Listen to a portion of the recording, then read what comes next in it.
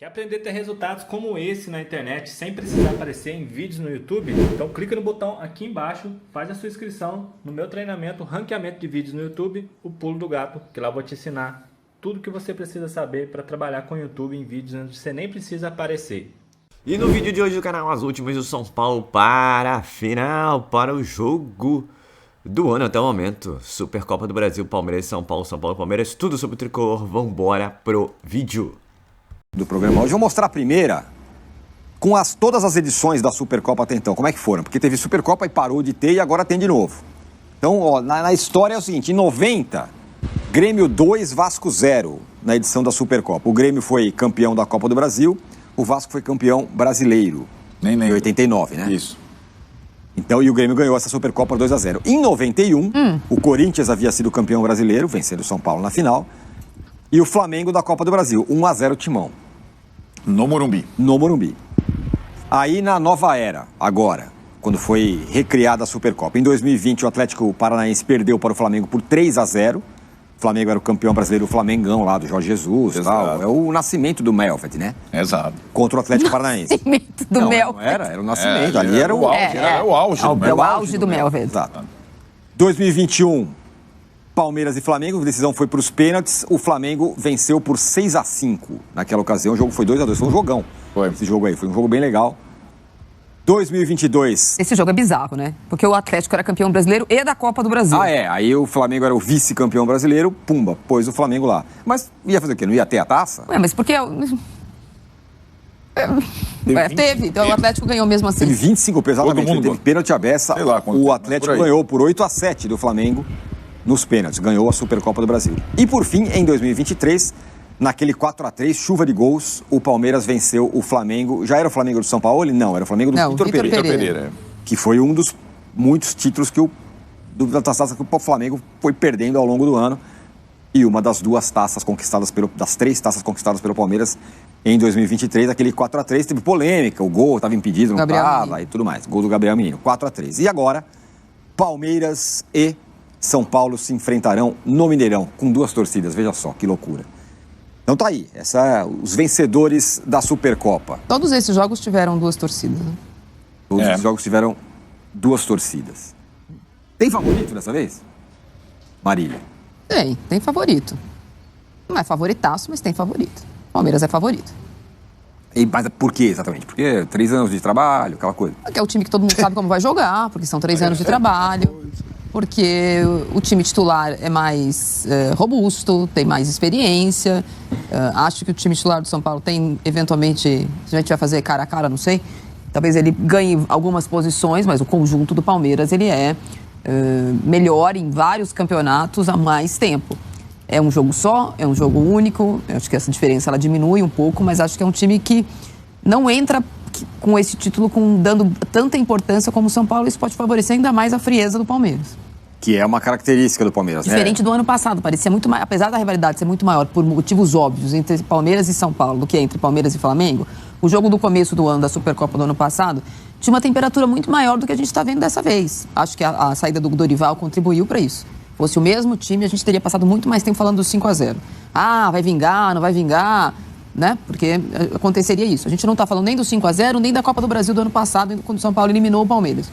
Que é outro técnico, que é outro ano. Tem 2 jogadores novos que não estavam naquela...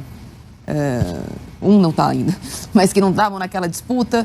Mas, por incrível que pareça, é um Palmeiras e São Paulo que tem... Claro que tem graça e tal, mas o do ano passado tinha muito mais apelo, até por conta do que vinha acontecendo, Real Madrid pode esperar e não sei o quê, do que tem esse ano. Mas é um baita jogo. Fazer um apelo pro Palmeiras. Os 2 times, pela grandeza, o Palmeiras é isso, o Flamengo modelo é aquilo, eu tenho mais dinheiro que você, eu quis o Pedro, você não me vendeu.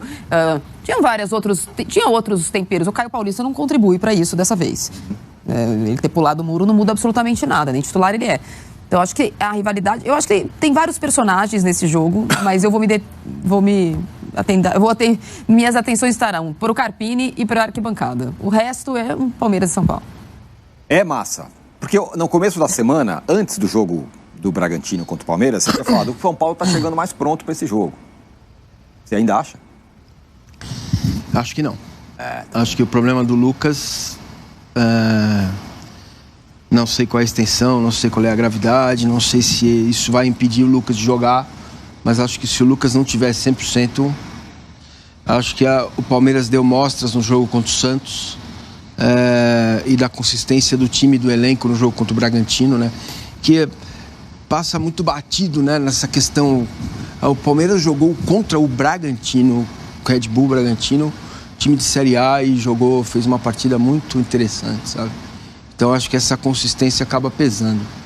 E também não gostei muito, a vitória é maravilhosa, quebrou tabu e tal, mas eu vi algumas dificuldades do São Paulo no jogo contra o Corinthians. E acho que domingo é uma outra conversa, é uma outra história, um adversário mais forte, mais robusto, que está acostumado, esses jogadores estão acostumados a decidir. Para você ter uma ideia, você pode ter aí Mike, Gomes, Marcos Rocha, tem mais 4 jogadores que podem simplesmente bater os recordes do Dudu, do Ademir e do Junqueira em número de títulos.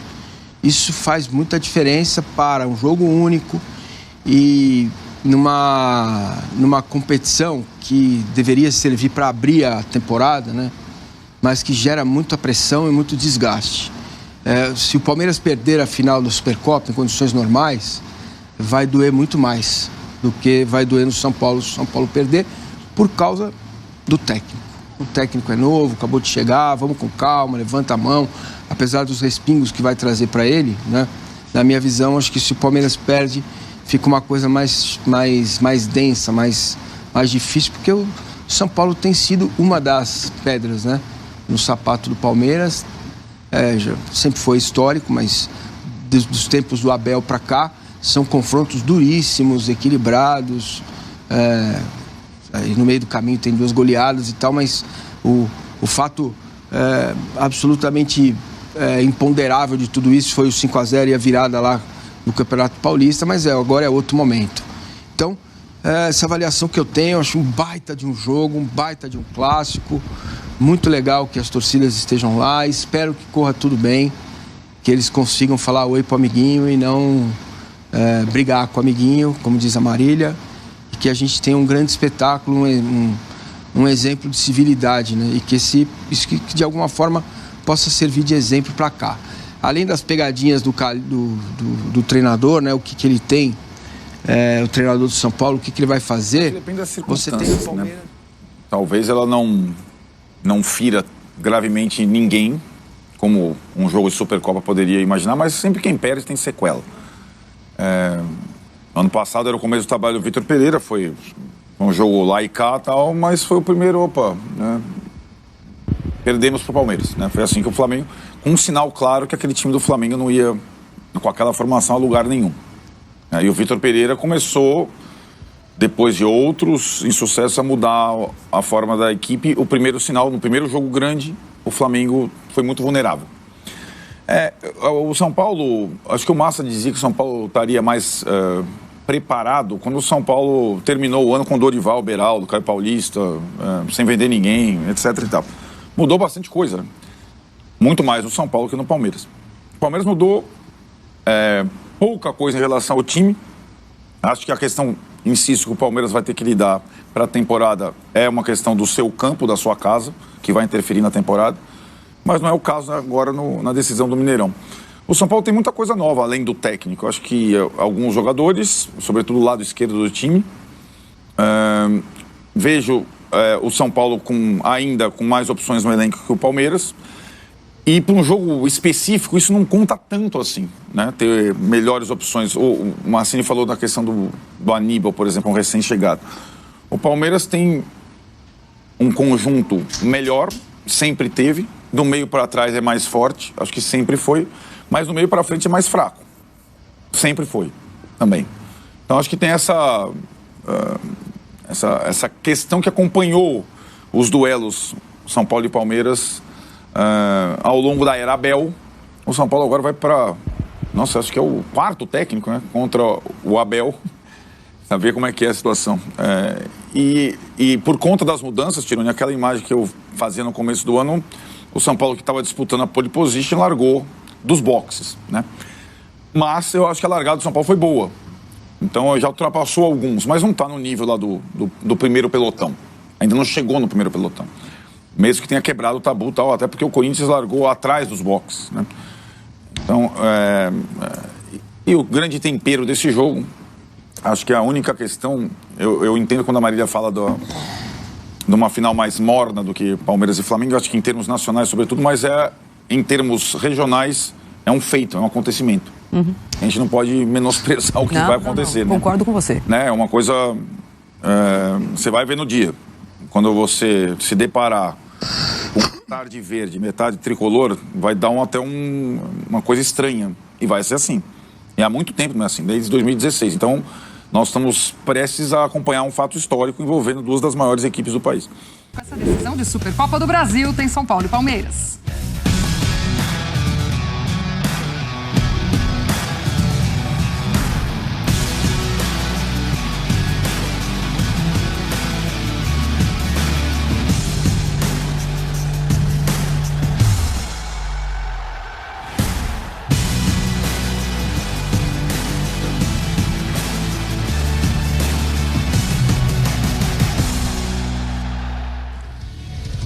Vamos ver como as duas equipes chegam para este confronto. A temporada de Palmeiras e São Paulo. 4 jogos neste ano. Para o Palmeiras, 3 vitórias, 1 empate, não perdeu nenhuma. Um aproveitamento de 83,3%. O mesmo do lado do São Paulo. 3 vitórias, 1 empate, o mesmo aproveitamento. 83,3%. Se a gente queria tirar alguma coisa por aí, não deu. Tudo igual. Agora, olha aí, são 9 títulos no Palmeiras. Abel Ferreira é o segundo maior vencedor da história do clube. E o Luciano, que tem 4 gols pelo São Paulo contra o Palmeiras em 14 jogos. E aí o Rafael Veiga em 4 jogos, 4 gols em 3 jogos nesta temporada. Números dos personagens dessa decisão de Supercopa do Brasil. E o nosso Edu Afonso já aqui conosco também no estúdio para falar mais tanto de São Paulo quanto de Palmeiras. O que a gente espera para esse jogo de domingo. Bem-vindo, Edu. Bom ter você aqui, amigo. Beijo grande. Tudo bem, Glaucia? Beijo, um abraço ao Renato, fã de esportes. A gente tem essa primeira coincidência que você citou, mas eu diria que tem várias coincidências esse jogo, né? Primeiro até de logística. As duas equipes fazem um treino amanhã em São Paulo, viajam para Belo Horizonte e chegam praticamente juntas. O Palmeiras chega meia hora antes. O Palmeiras chega no hotel por volta de 18h30, São Paulo por volta de 19h.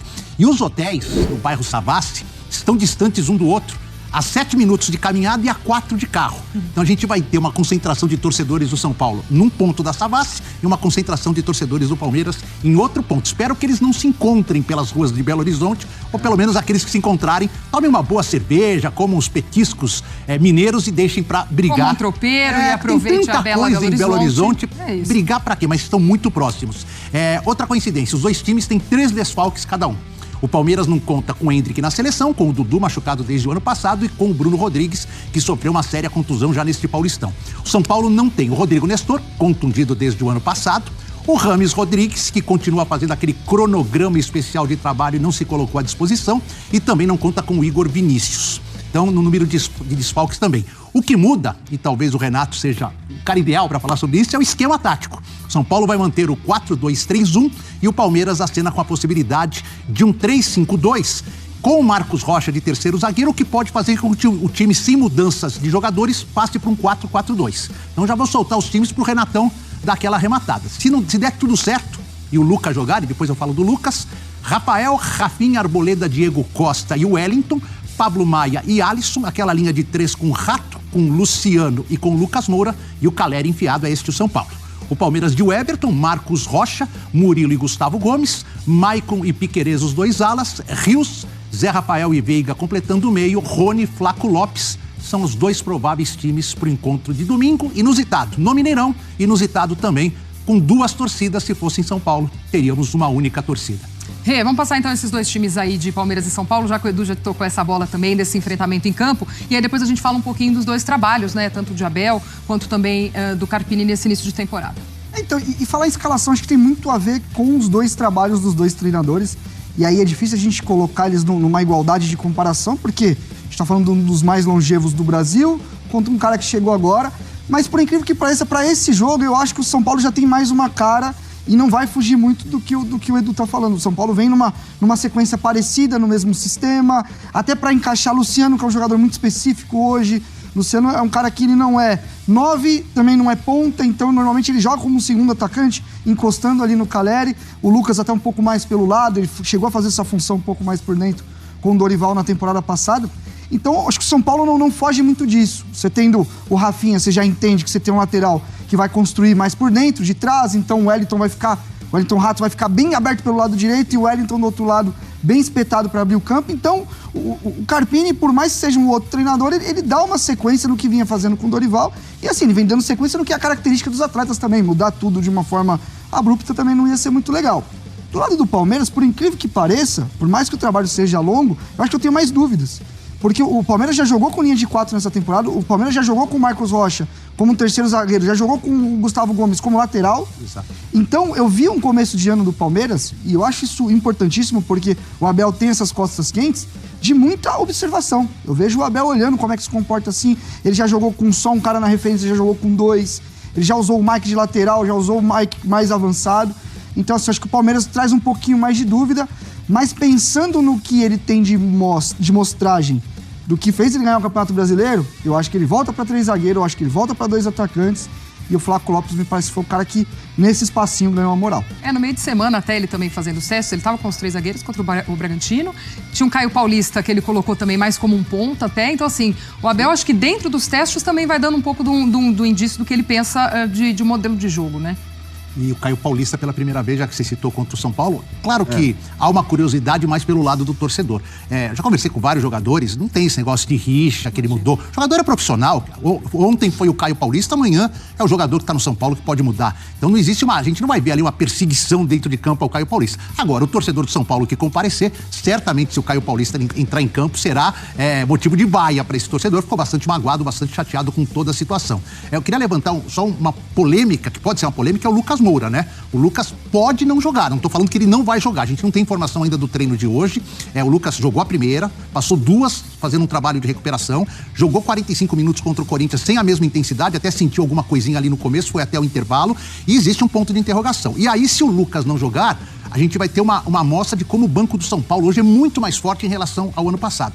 Não vou nem contar o Nestor, que seria o substituto imediato do lado esquerdo. Caso o Lucas não jogue, o Carpini pode colocar o Ferreirinha, que é uma condição de mano a mano com o adversário, o Galopo, que pode revezar com o Luciano, tanto vir para o meio ou o Luciano cair do lado esquerdo, ou até se ele imaginar um Palmeiras muito forte no meio campo, ele pode colocar mais um marcador, que é o Luiz Gustavo, que estreou bem, é experiente, já fez 2 gols. Então o banco está muito mais recheado para problemas do que estava no ano passado.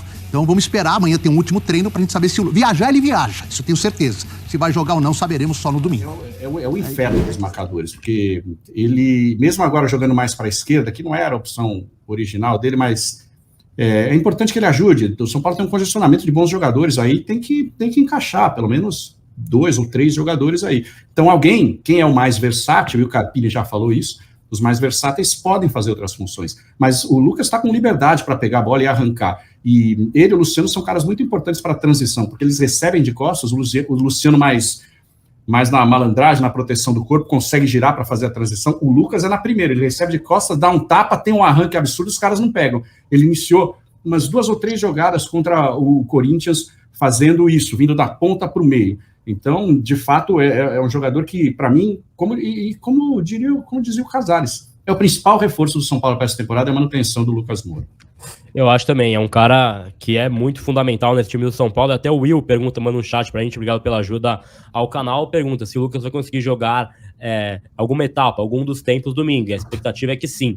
Ainda que seja no sacrifício, o Lucas tende a jogar. Agora das prováveis escalações, então, pra quem tá chegando agora aí com a gente, pra gente analisar nome a nome de São Paulo e Palmeiras. Vou começar com o Palmeiras aqui pra gente falar da provável escalação. No gol, o Everton, não tem muita diferença, não muda muita coisa, e aí o Palmeiras deve jogar ali com aquele esquema de 3 defensores ali, né, com o Marcos Rocha, Murilo e Gustavo Gomes, e aí abrindo na ala direita o Mike, na ala esquerda Piquerez, meio campistas, dupla de volantes, Richard Rios e Zé Rafael, meio campo central Rafael Veiga, e a dupla de ataque deve ser Rony e Flaco Lopes. Esse é o provável Palmeiras para encarar o São Paulo na Supercopa. Nada também que seja assustador para o São Paulino, um time que tem os seus desfalques, vai estar sem o Endrick, vai estar sem o Dudu, Mas, claro, o Veiga, pra mim, é um nome do meio do campo. Se o São Paulo conseguir anular o Veiga, praticamente o Palmeiras não joga. Então, acho que tem que ser uma marcação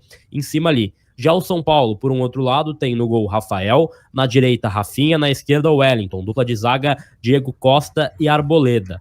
Meio de campo, Alisson e Pablo Maia, centralizado Luciano, na esquerda Lucas Moura ou Ferreirinha, Lucas Moura é dúvida, na direita Wellington Rato, centroavante Jonathan Caleri. Esse é o provável São Paulo para encarar o Palmeiras. Para mim, assim, fazendo um comparativo, a gente pode até fazer um nome a nome aqui, um cara a cara, embora não seja posições tão iguais, mas eu acho que São Paulo, assim, no papel, é tão forte quanto. Eu acho que tem que tentar anular o Veiga no meio de campo, de repente daria para entrar com mais um Luiz Gustavo nesse meio, de repente, né, para tentar fechar ali certinho, porque eu acho que fechando o Veiga, o Palmeiras não joga. Eu tenho essa percepção, não sei o que vocês acham. Eu acho que o ponto fundamental é esse, Gabriel. É anular o Veiga para ele não distribuir jogo, porque aí ele é o cara diferente, né? Ele é o cara de chute de longa distância, ele é o cara de passe por trás da marcação, o cara inteligente. Então, o fato de não ter o Dudu já nos ajuda muito, porque aí o Veiga não vai ter muito para quem distribuir e receber poucos desculpas, né? Porque o Veiga é aquela coisa, ele faz o passe e recebe bastante desculpa. Quando tem o Dudu é menos, ele consegue conduzir mais as jogadas. Mas eu acredito que o ponto fundamental ali realmente é esse, anular o Veiga para a gente ser competitivo no meio campo, e aí é aquela coisa, eles vão tentar do lado de lá, caso o Lucas jogue, também anular o Lucas. E aí que os outros companheiros podem acabar se destacando. Gostaria de deixar aqui também um destaque especial para o torcedor do Palmeiras que está acompanhando a Sexta Tricolor. Por quê? Porque a Sexta Tricolor é legal pra caramba. Infiltrado aqui querendo saber como o São Paulo joga. Olha só, hein? Você em plena sexta-feira assistindo nós, é maluquice. Tem um jogador que eu quero chamar a atenção, viu? Que ele sempre joga muito bem contra o São Paulo. No 5-0 ele já tinha. Que é o Piquerez. Esse cara é muito bom. Esse cara arma o Palmeiras pelo lado esquerdo. Ele faz gol, ele chuta. Lembra o golaço que ele fez lá no 5-0? Ele chuta de fora da área e sempre dá muito trabalho. É preciso ali o Wellington Rato e o Rafinha estarem muito atentos, e também com a cobertura do Pablo Maia, às vezes o Alisson por aí, nos avanços do Piquerez. O esquema de 3 zagueiros do Palmeiras, com o Luan, libera os laterais. O Mike é um cara mais de velocidade, mas o Piquerez é um jogador mais inteligente. Então eu destacaria esse ponto aí. Em relação ao ataque, o Flaco Lopes tá ganhando terreno agora, né? Mas é um jogador, de fato, que ele se desperta muita esperança nele, mas ainda não disse a que veio. Agora que ele está melhorando e ganhando confiança. Então tem que ter, evidentemente, cuidado no jogo aéreo, na bola aérea defensiva do São Paulo, porque ele fez um golaço aí contra o Bragantino e tanto o Piquerez quanto o Mike vão buscar essa bola aérea pro Flaco Lopes. Acho que seria, mas o Piquerez e o Rafael Veiga, para mim, são os pontos de perigo aí desse Palmeiras, viu? Eu falei em uma live anterior, Maurício, que se eu pudesse escolher um jogador do Palmeiras pro São Paulo, que eu gostaria de ver no São Paulo, é o Piquerez. Para mim é um cara que é bem diferente, é um cara que dá trabalho pro São Paulo. Ele tem, acho que, 3, 4 gols contra o São Paulo já, né? Sempre que o Palmeiras consegue vencer bem o São Paulo, ele marca, até na Copa do Brasil, quando o São Paulo vence, ele faz aquele gol bizarríssimo no Allianz Parque, né? Então, assim, é um jogador perigosíssimo. Mas o meio de campo do Palmeiras, ele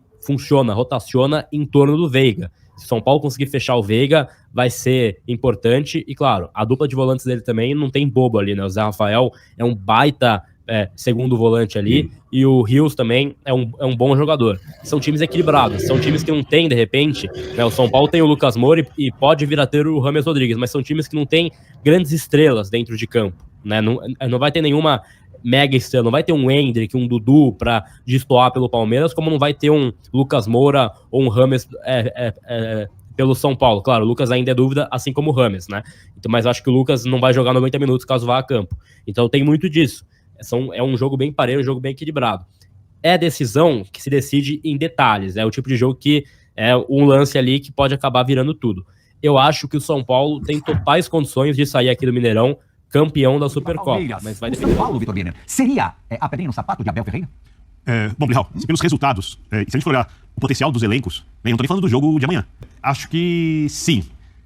De qualquer forma, acho que na soma dos resultados entre o São Paulo e o Abel, acho que o Abel ainda leva vantagem. Então, leva vantagem, eu não sei se leva vantagem no geral, Mas nos jogos mais importantes, É isso. nos mata-matas, a vantagem é São Paulina. Ah, não, pra A mim gente tem uma tela Pra justamente mim tem o disso jogo da pra mostrar. Libertadores, que do ano que o Palmeiras é campeão. Mas você tá medindo Aquilo o peso pesa. da competição. Sim, sim, muito. Tá, olha lá, são 10 partidas com este caráter de mata-mata. No caso de domingo é só o mata, né?